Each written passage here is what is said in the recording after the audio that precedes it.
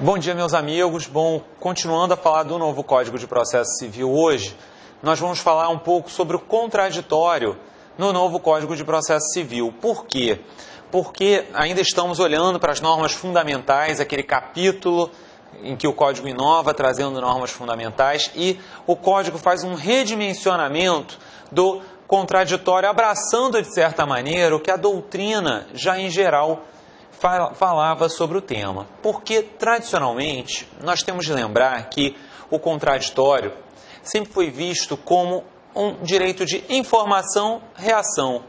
Contraditório, nesse sentido, era visto como um direito de tomar ciência dos atos processuais e poder reagir em face deles.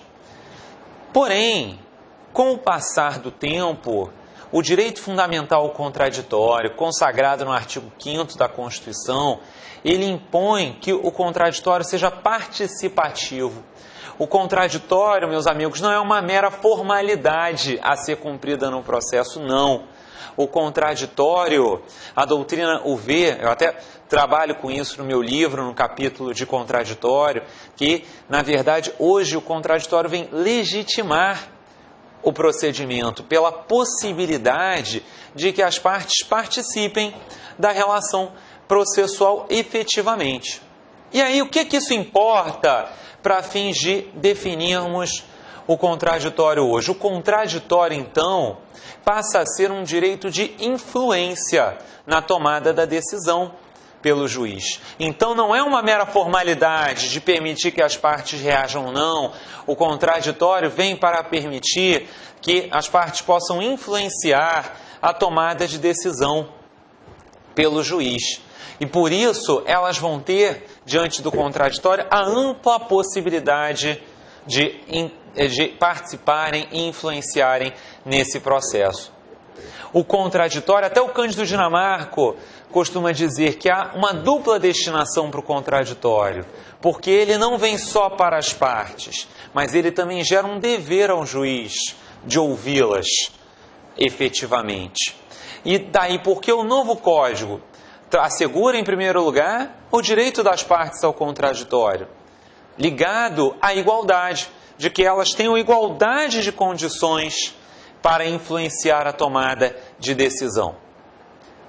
Só que o projeto tanto abraça o que a doutrina já procurava defender sobre o contraditório, que ele traz inovações importantes.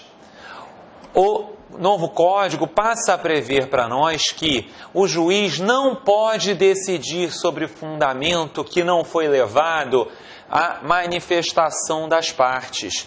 Vejam que interessante, isso é, de certa maneira, uma forma de mitigarmos as consequências que tradicionalmente eram vistas para o iura novit curia.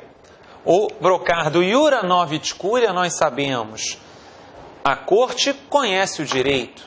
Diante desse brocardo, muitas questões de direito eram conhecidas pelo Poder Judiciário, mesmo sem que as partes tivessem tido a oportunidade de se manifestar. Mas isso não condiz com o contraditório participativo. Isso gera uma surpresa sobre as partes, até em prejuízo à sua boa-fé, que o Código, nas normas fundamentais, também consagra lá expressamente a boa-fé. Então, a boa-fé, o contraditório, impõe que o juiz, ao aplicar o iura novit curia e conhecer de fundamento que não estava no processo, antes ele tem de ouvir as partes sobre tal fundamento. Além disso, além dessa consequência que temos sobre o contraditório, temos de destacar também que o projeto prevê expressamente a necessidade de que seja ouvido o adversário antes de se decidir um pleito do outro. Então, nós temos aí no novo Código uma garantia de contraditório efetivo antes de decisão de pleitos de uma outra parte. E então, isso vem em socorro das partes, evitando aquelas situações que às vezes acontecem no curso do processo, de que o juiz analise um pedido sem que tenha possibilitado que a outra parte também influenciasse a sua tomada de decisão. Agora, essa oitiva da outra parte é absoluta? Não.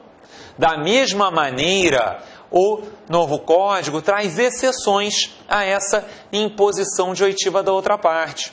Isso nós vamos ter em algumas situações excepcionais, como é o caso, por exemplo, das tutelas de urgência.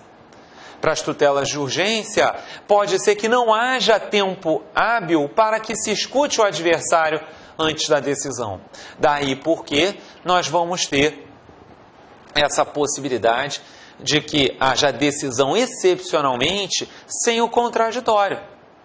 Como a jurisprudência já reconhecia que certas decisões de tutela de urgência, quando essa urgência não pudesse esperar a oitiva da outra parte, acontecessem mesmo sem o contraditório. E aí, nesses casos, o contraditório fica diferido. Ele fica para posteriormente à decisão. Porém, em nome do direito fundamental contraditório, essa decisão sem a oitiva do adversário tem que ser excepcional, apenas naqueles casos em que isso é imprescindível. Bom, então, ficamos por aqui com esse sentido do contraditório no nosso novo Código de Processo Civil. Até a próxima!